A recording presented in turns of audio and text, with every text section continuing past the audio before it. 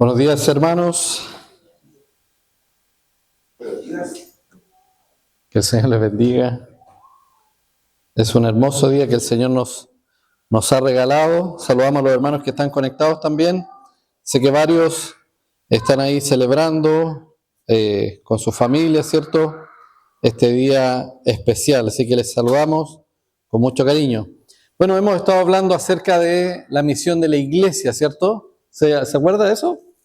Bueno, vamos a seguir hablando de aquello, pero cuando hablamos de la iglesia es importante entender cuál es el fundamento de la iglesia, ¿cierto? Y vamos a leer la palabra de Dios en Mateo capítulo 16, verso 13 al 18, y luego vamos a orar. Dice: cuando llegó Jesús a la región de Cesarea de Filipo, preguntó a sus discípulos diciendo: ¿quién dicen los hombres que es el Hijo del Hombre? Ellos dijeron, unos Juan el Bautista y otros Elías, pero otros Jeremías o uno de los profetas. Él le dijo: ¿y vosotros quién decís que soy yo? Respondiendo Simón Pedro dijo: tú eres el Cristo, el Hijo del Dios viviente.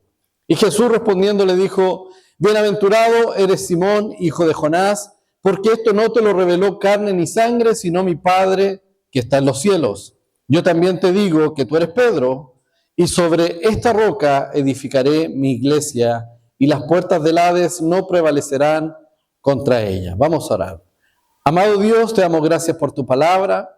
En esta mañana nos disponemos para aprender de ella, aprender de ti, Señor, escuchar tu voz y meditar en esta enseñanza que tú has traído hoy para tu iglesia.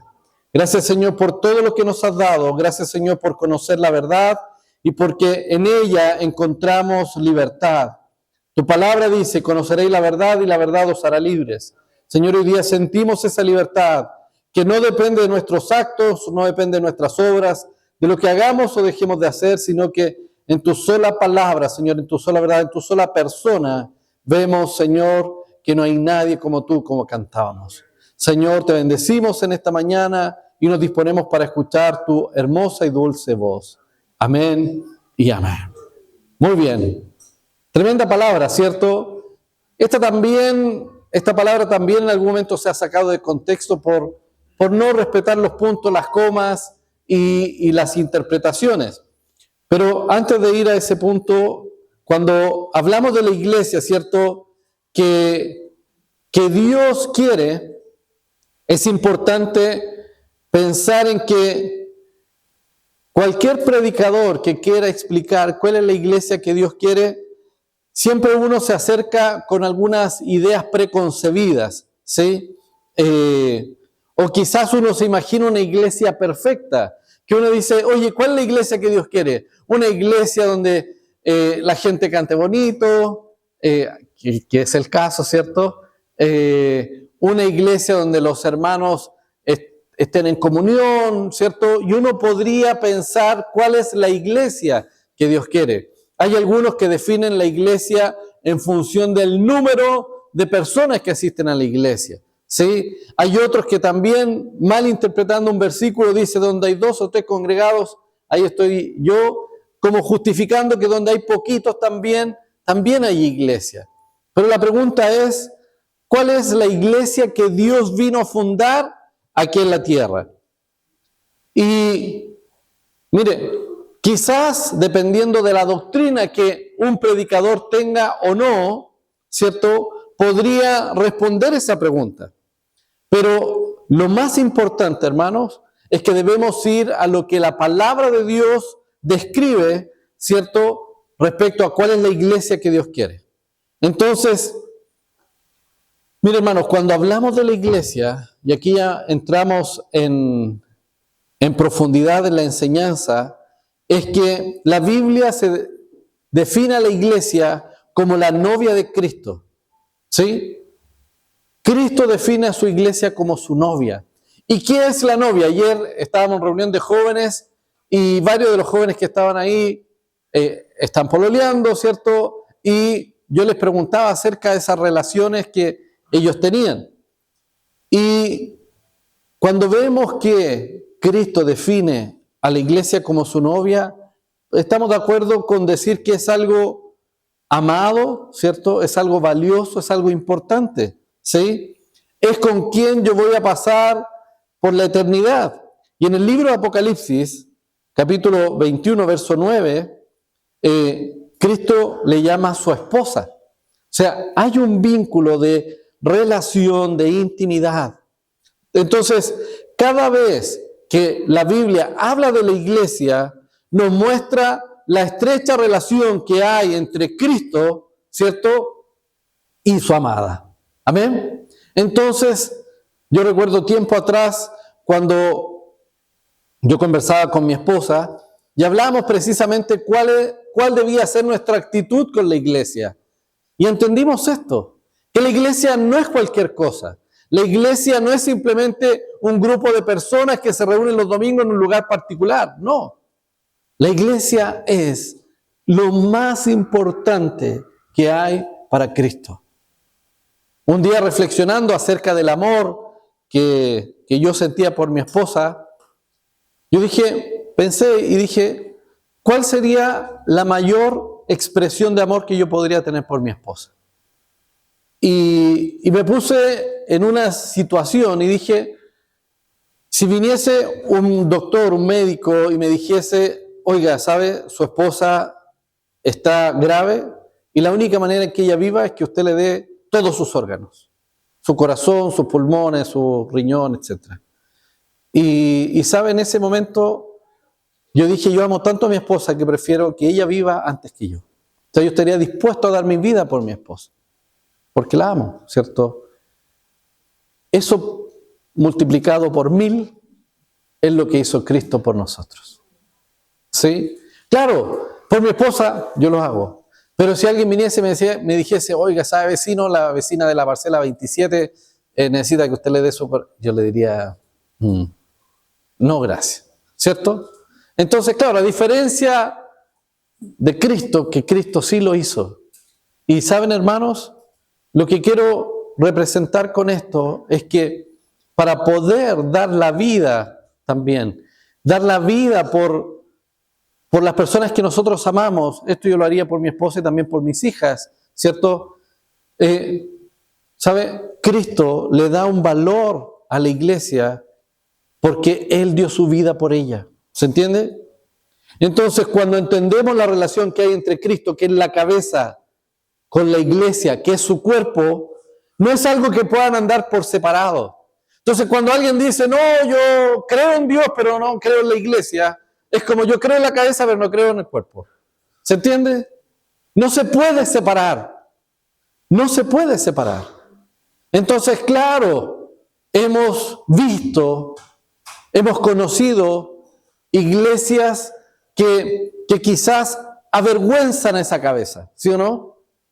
Entonces, la pregunta es, ¿serán realmente iglesias? ¿Y qué es lo que define a una iglesia? El fundamento. ¿Y cuál es el fundamento de la iglesia, hermanos? Y este verso dice que Cristo es la roca sobre la cual será edificada la iglesia. Entonces, cuando en una iglesia el fundamento es Cristo, hermanos, podemos decir que es una iglesia. Cuando la iglesia está fundamentada, por ejemplo, en el número de personas que asisten a la iglesia, ese no es el fundamento correcto. ¿Sí? Insisto, no es para justificar la baja asistencia, no. Pero hay que entender cuál es el fundamento que nos une a nuestro amado Dios. ¿Sí? Mire, algunos han llegado al punto de mal entender que la iglesia depende de ellos. Mire, ¿saben, hermanos? La iglesia es una de las instituciones, de las pocas instituciones que ha sobrevivido a todos los tiempos que han existido. Guerras, malos gobiernos, dictaduras, no sé, guerras mundiales, revoluciones, etcétera, reformas, y la iglesia ha sobrevivido. ¿Qué pasa? Que muchas personas quieren transformar la iglesia negociando la verdad. Y, ¿saben, hermanos? lo que ha sostenido a la iglesia precisamente es la verdad. Entonces, cuando muchos quieren hacer crecer esta iglesia, pero con motivaciones que no son las correctas, ¿saben? Es una iglesia que no está bien fundamentada. Por eso, cuando nosotros vivimos situaciones difíciles, ¿saben? Yo hoy día le compartía a Presbítero Lalo y a Mari, le hablaba acerca de las crisis que a veces uno vive, que en las crisis uno debe crecer. Entonces, cuando uno llega a una crisis, es un momento donde uno debe tomar decisiones. Y en esas decisiones uno crece. Entonces, la iglesia cada vez que ha vivido una crisis, hermano, crece. Amén. Y por eso nosotros estamos aquí. Sí, oiga, a veces las congregaciones celebran, oye, 5 años, 10 años, son 20, son 30, 40, 60, ¿ya? Pero, hermanos, no, la iglesia tiene más de 2000 años. Entonces, cuando alguien nos pregunte, oye, ¿cuántos años tiene tu iglesia? 2000 años. ¿Cómo todo eso? ¿Sí o no? Sí, pues hermano. Si la iglesia es una sola. Tranquilo, Carlito. La iglesia es una sola. La iglesia universal. La que Cristo estableció. ¿Sí o no? Entonces, eso, hermanos, es lo que nosotros debemos entender. Y el fundamento, como les decía, es Cristo. En el libro de Apocalipsis, Cristo le pasa revisión, ¿cierto?, a 7 iglesias que estaban en Asia Menor, ¿sí? Y que de alguna manera representaban 7 tipos de iglesias que se han encontrado a lo largo de la historia. Entonces, una de ellas era, por ejemplo, la iglesia de Pérgamo, ¿ya?, que había permitido una falsa doctrina. La iglesia de Laodicea, que se había dormido en su esplendor. O la iglesia de Sardis, que estaba muerta espiritualmente. Tenía apariencia de viva, pero estaba muerta. O la iglesia de Éfeso, que había perdido su primer amor. O otra que había aceptado idolatrías, herejías y la inmoralidad, de la iglesia de Tiatira. Solo 2 iglesias de las 7 habían sido reconocidas por Dios. Una era la iglesia de Esmirna y la iglesia de Filadelfia. Y saben, hermanos, hay iglesias que se enferman, hay iglesias que se desvían. Ha pasado desde el principio de los tiempos. Entonces, ¿cuál es el secreto para que una iglesia permanezca firme? Su fundamento. Y cuando el fundamento es Cristo, cuando el fundamento es la palabra de Dios, hermano, pase lo que pase, la iglesia va a permanecer. Y no va a depender de las personas. Amén. Entonces, cuando estamos en situaciones como esa, ¿cierto?, donde vemos que hay lugares o grupos que se llaman iglesia, hoy día nosotros podemos identificarlo, ¿cierto? Mis hijas ya identifican, a veces me dicen, oiga, conocí una iglesia y se notaba que era rara, para no decir otra cosa. Entonces, hermanos, en la medida que la iglesia va recibiendo ataques, la iglesia se va fortaleciendo o va siendo confrontada sobre su fundamento, ¿sí? ¿Pero sabe cuál es el mayor problema? Es como en un ejército. Más problemático que enfrentar al enemigo que está al otro lado en el campo de batalla es cuando dentro del ejército hay fuego amigo. Cuando dentro de la iglesia, hermanos, hay gente que no cree lo mismo. Y ese es el peligro. Mire, acá nadie está obligado a venir a esta congregación. Nadie. ¿Sí? Hay gente que ha venido a esta congregación y dice, no me gusta la forma en que predica el pastor, no me gusta la música, no me gusta esto, no me gusta esto otro. Entonces, van a buscar otra iglesia, otra congregación. ¿Ya? Y hago la distinción entre iglesia y congregación. Iglesia es una sola, congregación pueden haber varias. ¿Se entiende? Pero ¿cuál es la razón por la que usted está aquí? No diga el pastor, no. Porque si ese es el argumento, no es sólido. ¿Sí? Porque el día de mañana los presbíteros me pueden decir, pastor, muchas gracias por su servicio, pero vamos a coger a otro pastor. Y están en su derecho. Y lo hemos conversado con esa confianza y esa libertad. Hermanos, cuando el fundamento de esta iglesia es Cristo, es la palabra de Dios, ¿sabe? Esta iglesia va a permanecer. Amén. Entonces, lo peor, hermanos, es que cuando de adentro vienen ataques que de esas personas que dicen ser hermanos o cristianos. Yo ayer escuchaba a una persona, pues no sé si han escuchado ustedes el evangelio de la prosperidad. ¿Han escuchado eso? Es un evangelio que dice que Dios te quiere bendecir, te quiere bendecir, te quiere bendecir, te quiere bendecir, te quiere bendecir. Y que si estás en pobreza es porque hay un pecado oculto y si te arrepientes Dios te va a bendecir, te va a bendecir, te va a bendecir. Entonces, alguien le preguntaron, oiga, ¿y usted cree eso? La persona dijo, sí, yo creo en ese evangelio. Porque Dios nos quiere bendecir, bendecir y bendecir. Y yo le pregunto a usted, ¿cuál es el objetivo o cuál es el propósito por el cual Cristo murió? ¿Fue para bendecirnos? ¿Para qué fue? Para salvarnos. Menos mal que usted no dijo, ¿está bien? Presbítero, acá queda una vacante. Pero se da cuenta que para nosotros es súper natural. Oiga, es como que uno quiere tener un papá, ¿cierto? Aprovechando hoy día el Día del Padre. Y no, me gusta mi papá porque solo me da y me da. ¿Ese es un buen padre? Hoy día estábamos ahí con los hermanos y estaba nuestro querido Miki, más conocido como Dani o Danauj, y le estaba llamando la atención a su hijo. Y él es súper cariñoso, el Dani, pero con su hijo le estaba diciendo no, porque el hijo le pegó un empeñonazo al Isaac guapo, y ahí estaban ahí, pero imagínense, una pelea a 25 centímetros del suelo.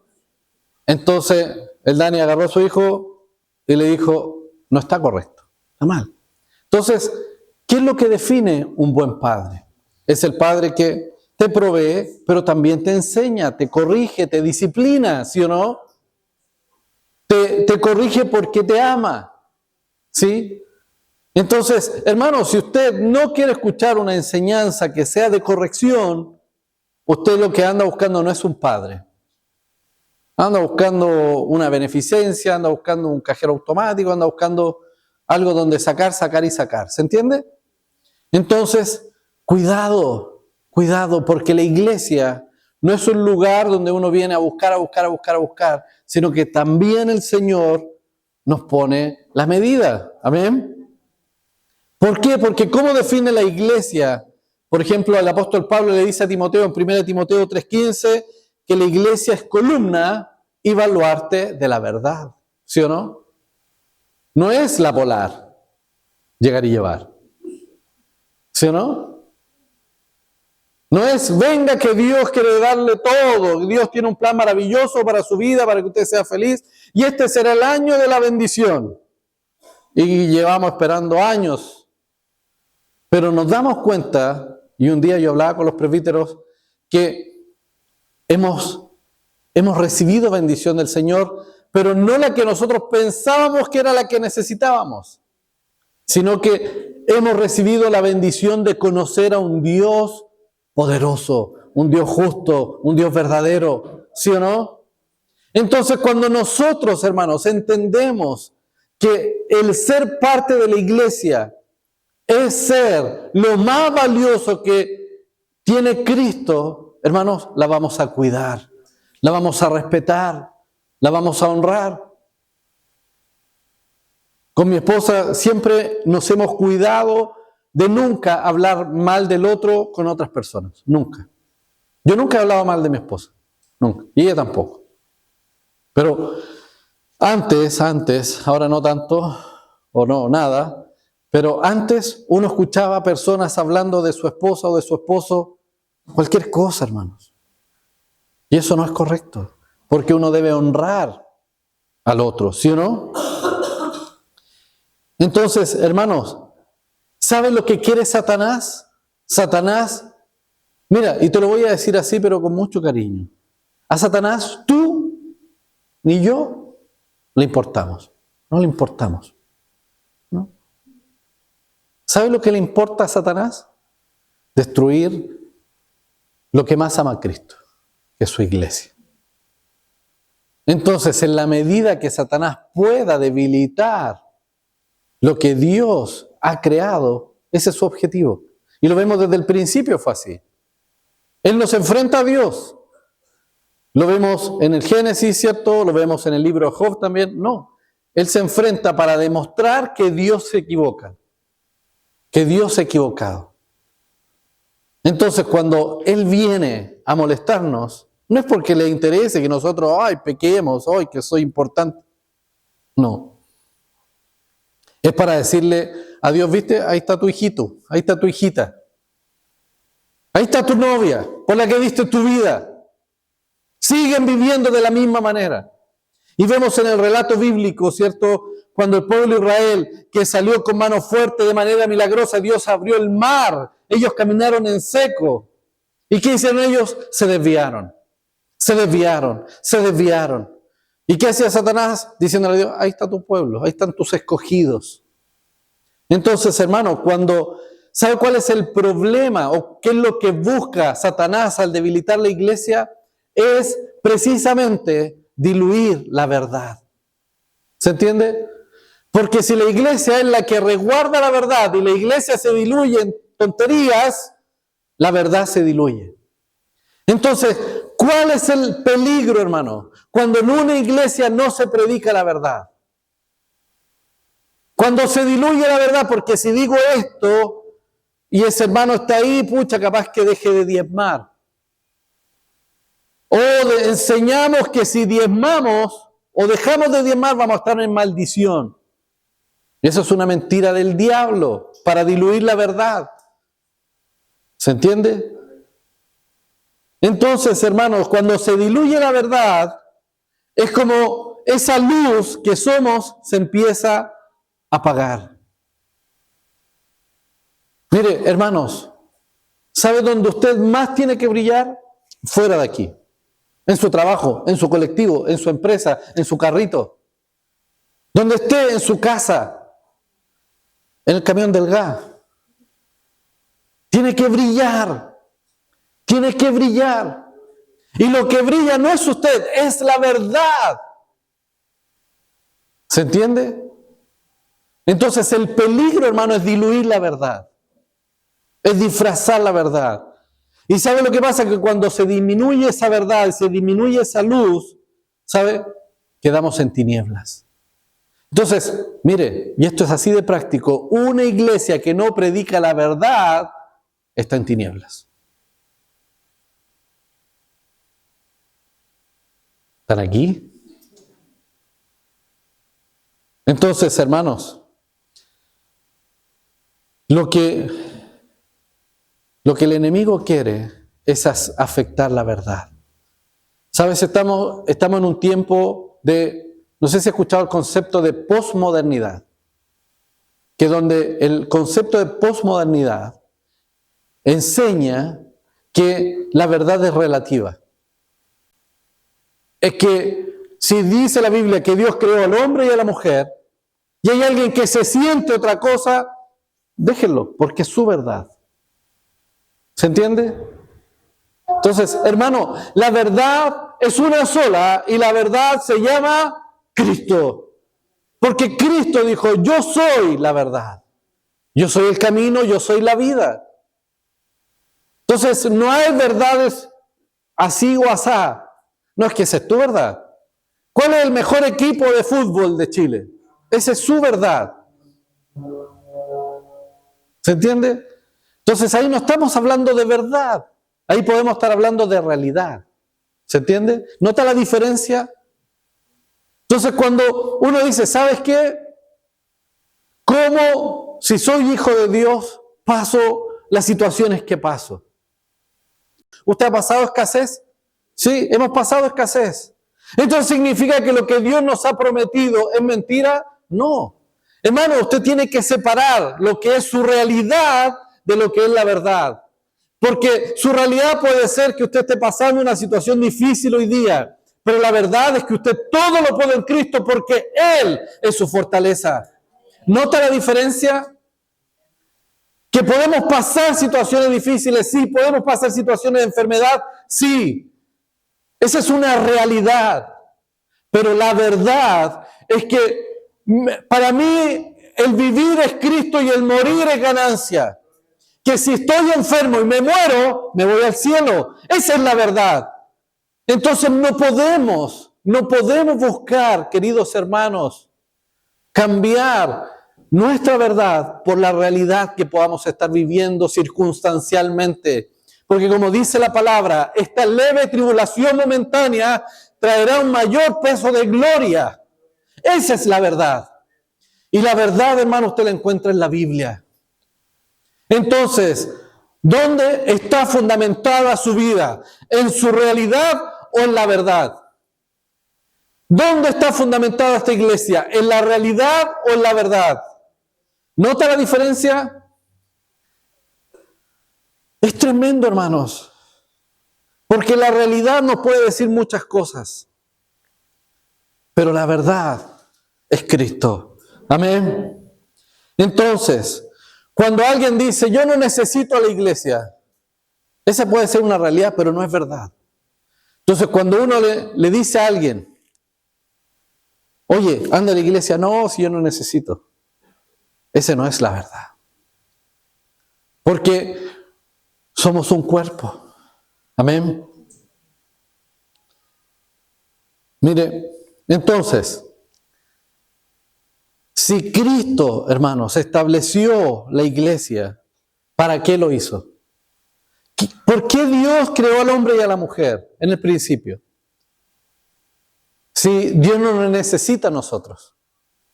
¿Sabe para qué Dios lo hizo? Para tener comunión con nosotros. Dios, ¿sabe lo que tenía con Adán?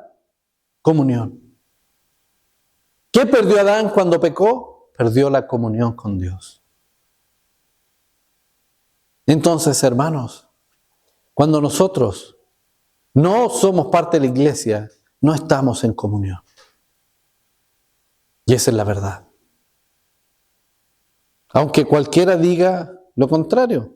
Primera de Juan 1. Primera de Juan, capítulo 1, versos 6 y 7.